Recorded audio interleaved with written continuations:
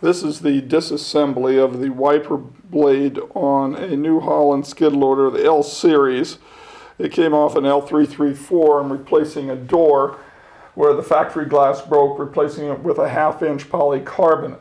So I want to start out with what we're working with here. First of all, make sure you keep your nuts and washers lined up where they should be.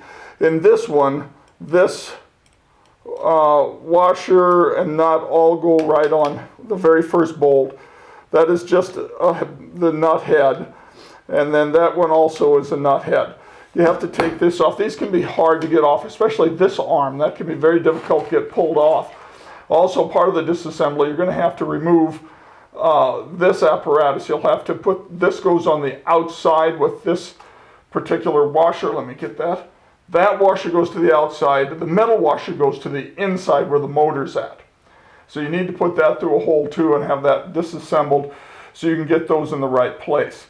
So once you get this apart, get these 3 nuts off, then you have to take a crescent wrench or a larger wrench and pull that off.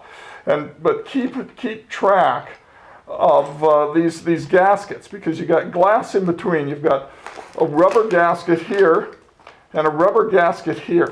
And you make sure those things go back in the same direction as you pull them out. So you put the motor, of course, goes on the inside of the door, and the washer or the wiper blades go on the outside. It could be a little bit problematic getting these back on because they're spring loaded. But that's the basics of getting this done. Don't over tighten on this. You could break something if you go over tighten on it. Just snug it up good. And that's how you get started on your washer door. Kind of difficult. It can be very difficult to get these arms pulled out.